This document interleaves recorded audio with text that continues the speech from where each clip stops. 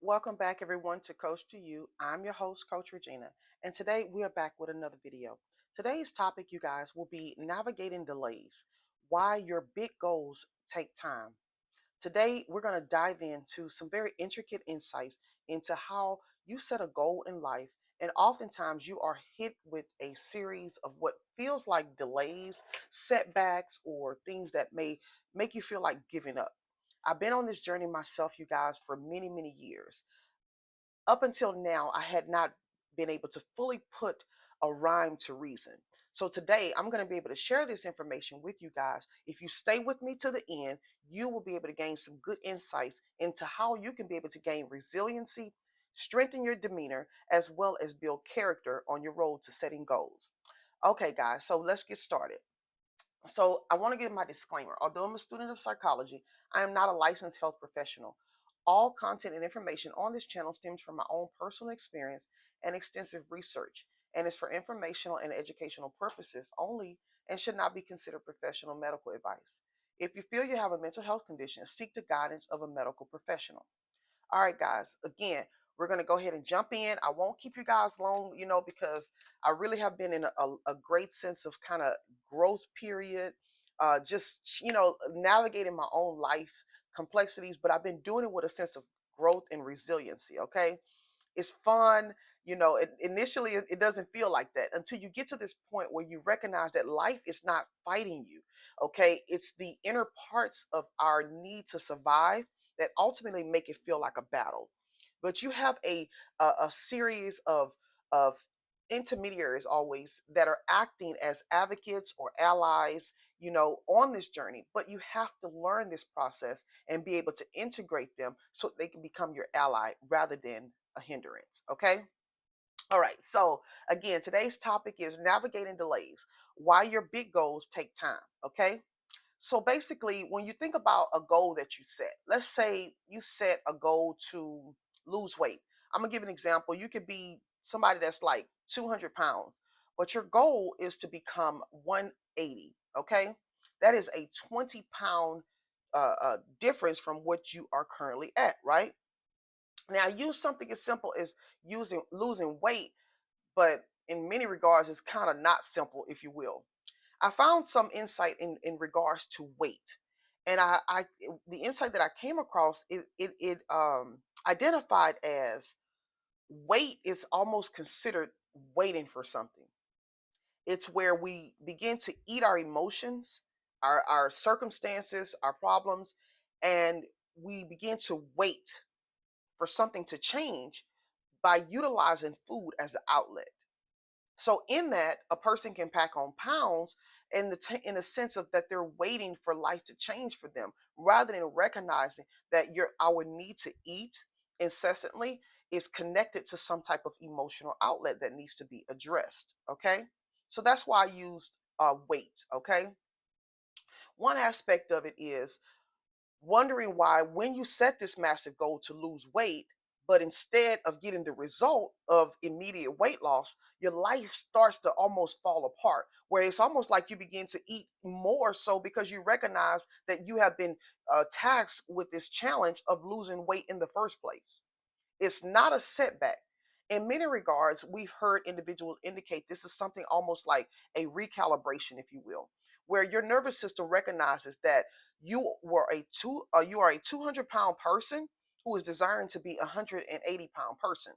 But that nervous system has to be calibrated to the capacity to be able to hold that weight loss. Otherwise, if you decide, you know what, I'm just going to just go on this binge, I'm just not going to eat, period. You lose the weight just almost like prematurely rather than gradually. The nervous system doesn't have the capacity to catch up and hold it. So what happens? A breakup, a job loss, something that triggers your emotional instability, and you begin to eat again incessantly within months after losing the weight. What happened, guys? That's the part of navigating delays, where you recognize that just because I had this momentary setback, it is not equated with my sense of self-worth. A lot of times that is what we have done in life, where we set these goals, and when they don't pan out the way that we expect them to, we begin to equate this with a low sense of self-worth. making you feel like you're not valuable, that you're not worthy of this goal, whatever the case may be. What is not understood is that there are often unseen forces that act as archetypes or patterns that must be navigated in order to get to these desires within our life. Many of them stem from the awareness that, first of all, divine health, which stems from the ability to lose weight, is my birthright. Okay.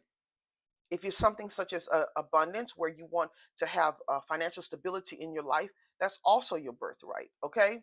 Supportive relationships, that's your birthright as well. But without this awareness, we begin to operate from these patterns that are essentially primal. They are patterns that are ancient that make us feel like our ancestors had to navigate them too as well. Well, it makes us feel like we almost have to fight for what is rightfully ours. This is the complexity of being able to navigate this psyche of awareness by understanding that these things are yours. When the mind begins to tell you these parts where you feel unworthy, invalid, or enslaved to the need to force your way through, this is where the chaos really begins. It's not with a sense of you decided momentarily where you're just going to eat your emotions incessantly without being able to lose the 20 pounds. It was the inner war that one perceives that they must fight in order to gain what they perceive is validly theirs. Okay. So, one point I want to focus on is the vessel versus the inheritance. When you look at the aspect of the weight being 200 pounds versus 180 pounds, as I mentioned, you cannot put a 180 pound, 280-pound person in a 150-pound body, right? That vessel has to be built with the capacity to hold that weight differential. So ultimately, without doing this, the socket ends up blowing a fuse. The individual, like I mentioned, begins to experience some type of emotional setback, some type of internal trigger that causes the individual to jolt back to the familiar pattern. Why? Because it's safe. My partner gave me an analogy of this here this morning. It was actually very interesting when he spoke about I was telling him about how the mind is, primal. It's ancient and it's built on survival. Okay, it's not meant to keep you in a place where you're wealthy and abundant. The mind is actually there to keep you safe. And from what I've learned in my research of psychology, it's only meant to keep you safe long enough to pass on your genes, so that you can pass on whatever the karmic imprint is, so that they can fulfill it. If you're going to live, especially if you're living a life that is chaotic, hectic, dangerous, where there's a threat to life and safety. Okay. But in this conversation, he mentioned when I told him about the mind being primal and then being able to recondition the mind with the awareness that these things are something that is essentially my birthright. He mentioned the lion and the gazelle. And he says how you have the lion there eating the gazelle, and then the other lions come up and they take it from the lion. What happened there? And I said to him, I said, well, that's it. That's the primal aspect of us, the need to force our way, rather than working with source as co-creator, in the realization that these aspects of my being are inherent for me. That lion doesn't recognize that, just like this other lion received this feed, he too can do it. But it causes you to be able to gain skill that are essentially lying dormant within this animal without the awareness that he can do it. So I'm going to take it. Okay, this is something what we experience in societal conditioning as well, where many individuals who have grew up in impoverished environments, as well as lack and scarcity, they begin to see the outside world, social media, the comparison, and things of that nature. And this is where a lot of robbery, stealing, hurting other people, and different things like that come up, because there is not the wherewithal from a psychological perspective that I am inherently deserving of these things. This is so powerful, you guys, because when we have this imbalance of systems, this is basically what occurs: chaos. And if we're looking at it from the perspective of the animals, where the gazelle and the lion plays a role, this is a constant need for power, control, and force. Okay. Now, when we talk about the desire for weight loss and this 200-pound individual wanting to get to 180, this desire is essentially the energy, but the vessel is the habits, nervous system, and identity that it needs to be rewired. Okay. Again, this 200-pound weight that the individual desires to be 180 is the energy, but the vessel is the habit, the nervous system, and the identity, which is the rewiring that must take place. If the result came today, where again, where the individual just dropped the weight, like I mentioned earlier, they wouldn't have the structural integrity to keep it. And that's why I mentioned the behavior patterns would eventually revert back to what is familiar because the delay is the construction phase. And so oftentimes when that delay occurs, it becomes uncomfortable. When we're not adapt to being able to recognize that, look, if I just sit here for a moment and recognize that I'm the lion. Let's think about the traits of a lion. We're talking about the pride, right? We're talking about the ego, the pack, right? We're thinking about how they naturally have this ability to gather. You understand what I'm saying? But the lion, it is almost like it stalks its prey. Okay. But what happens when that lion is young in mentality? But the mother has gained the wisdom and wherewithal to be able to take that time and stalk that prey, consciously, slowly, baby in that thing before it pounces on that gazelle. Okay, the cub doesn't know this. It goes out there and immediately gets slaughtered. That's the rewiring of the nervous system and the identity that must occur within the scope of life. And we too face this situation where we grew up in poverty, lack, scarcity, fear, all these different aspects of our life. Some people grew up with silver spoons in their mouth. Their feet may not be some that grew up in poverty, but their situation may be identity disorders, right? Or struggling with different aspects of their well-being or self-concept that they must navigate in their complexity. So where they may have money where from their bloodline having this wealth and so forth, they may find themselves giving it all away to friends so that they can have this sense of self-concept, buying unnecessary things, and spending frivolously. Why? Because they haven't done the inner work that is necessary to rewire that structure to be able to hold that capacity. Okay, so being able to recognize this here is essential to understanding our need for growth. So that was point one. Part two is meeting the threshold of this 180-pound desired weight. Okay, I'm unpacking this thing so I know you can flow with me. So please stay with me to the end because it really, really makes sense. You can actually apply it to any aspect of your life. We're just talking about weight because if you think about it, the most that average American is facing some sort of desire for weight loss in some capacity, right? So it's very common. But you can really apply it to any area of your life, whether it's a relationship, uh, whether it's the desire for financial stability, whether it's desire for divine health, whatever the case may be. These aspects can be applied. Before you reach a goal, you'll meet two internal critics. One, the slave, is the voice that says you haven't worked hard enough to deserve this. It's going to try to talk you out of it so that it can keep you safe. This is the role of the ego. Its ultimate goal is to keep you safe. It's not trying to harm you, but its need is to keep you safe. Okay? It's basically our own internal construct that we've built over the life of our upbringing, where we've allowed these patterns to run so long in the background of our mind that they have become normalized. Okay, the other one is the inner critic, the voice that says, who do you think you are? Right, stay safe, play it normal. Okay, I know this to be something that I've experienced in my own life, where I set out for a goal.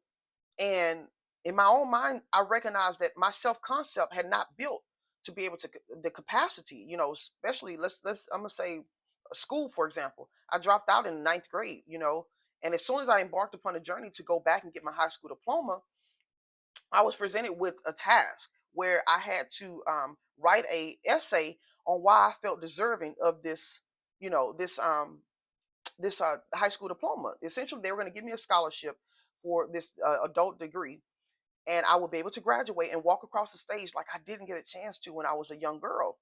I was like ecstatic. But as soon as I put pen to paper to write this essay, I was blocked.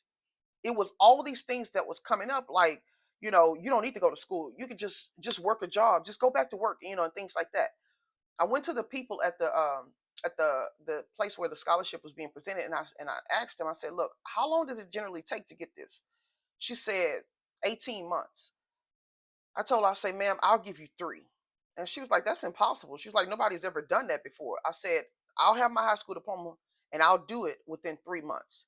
And I tell you guys, this was in around COVID. This was actually in 2019. When I started out around November 2019. No, let's see, November, December, January. I want to say around January, February, February 14th to the like 20th or so, I was actually done with all the curriculum. Oh, but don't get me wrong, I had setbacks. It was times where I wanted to call the company and let them know, look, you guys, y'all picked the wrong person, and everything like that. But essentially, they accepted the scholarship. I entered the program and I completed it within 3 months. These people were so impressed by this achievement that I became a spokesperson for the company for high school diplomas. Okay, and I just did a brief like example of what I went through, how I overcame it, and everything like that. It wasn't a dry eye in the house, and that was a great accomplishment for me in that aspect of my life. Okay, this paved the way for something, the slave and the critic. I had no awareness of at the time, but I knew that there was something that was there trying to help push me back into what was familiar and what was comfortable. Since that situation occurred, I have set out on other bigger goals within the education arena, getting my high school diploma, completing my associate's degree, and then just graduating with my bachelor's degree in December of 2025. This has been the cornerstone of me recognizing I am capable of accomplishing anything. We are only limited by our ability to see the vision, make it plain enough, and then wait for it to actualize into our existence. That is the only thing that we're limited by. If you can't visualize and see yourself with the ability to be 180 pounds, and while you're still looking at a 200-pound person, then it's impossible for you. Okay. But if you can see the vision of yourself skinny, fit, beautiful, if you could just hold that image of yourself there, you have the capacity to complete it. That is the first key. Okay. So, point two was meeting the threshold of guardian, recognizing that if you can get past the slave, right, that voice that says you haven't worked hard enough to deserve this 180 pounds, two, the critic, the voice that says, who do you think you are? Go back to eating excessively, right? If you can get past that, you don't fight these voices, you actually promote them. Tell the slave, it's now your co creator. I am destined to be divine, healthy, abundant, and wealthy in every aspect of my being. Tell the critic, it's now the advisor. I need you to walk alongside me while I'm on this educational journey. Show me what schools to go through. Show me how to get financial aid where it's not a burden to me and I end up in debt. Walk with your these voices and allow them to become your allies, and in that they'll be the support rather than the hindrance. Okay, you don't fight against them. That's something that I had to learn. They are essentially tools to help you navigate this 3D reality. Okay, point number three, the last point, the bridge of incidents. The a philosopher, I believe Neville Goddard, he talks about the bridge of incidents towards your goals. Some parts of the bridge look like failures, where you're basically, oh my God, this is coming back up again, where you find yourself going back on this binge of eating incessantly, right? But ultimately, we don't recognize that that is a part of us where it needs us to integrate some emotions that we're not had yet not addressed. Okay, if you could see the whole map, you'd realize that that particular what you perceive as failure was the only way to pivot you towards the right door to get to the 180-pound goal. Okay, you recognize that I sit and I eat emotionally. I need to address this. I recognize that during a specific time of the month, being a female, I crave carbs. Okay, I have an idea. Let's do this. Okay, we're talking about the critic and the slave. You're integrating them. Okay, we're not going to sit and eat incessantly. You want carbs. We're going to get some chocolate, some nuts, and some raisins, and we're going to mix them up. You're going to get 1/4 of a cup. Okay, that's 240 calories. That stays within my 1,500 calorie goal. And then we're going to continue on this path until this period ends where the craves and the carvings cease. Okay, that is how you integrate it. Okay, it just wants awareness. It wants you to acknowledge that it has the right to be there. When we try to silence the voices, when we try to self-medicate and put these things outside of us, they only become louder. And once they become louder, this is where they begin to affect the psyche, and it starts to deal with psychological problems such as depression, bipolar, mood swings, etc., things of that nature. Okay, but here's the caveat in all this. Okay, because you have the ability to see the 180-pound goal, that is evidence that it can come into your awareness. The only thing that can come into your awareness is that which is already exists. You are not creating anything out of thin air. Okay, everything has a time and a season. If you can see it, you can achieve it, but you have to believe that it's possible for you.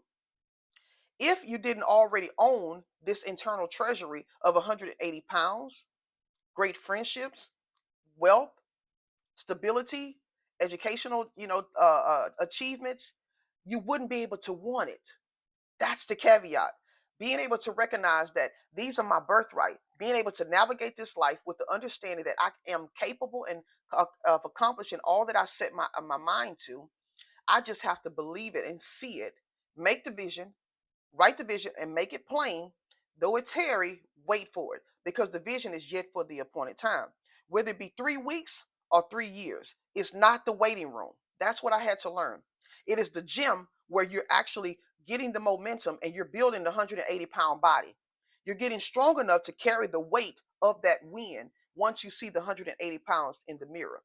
This is something that we're on this journey of realization together, you guys, that no one is fighting against you. Ultimately, we on this path to recognize that we have internal support that are there to help us navigate this life, but navigate it in a way that it's not a struggle.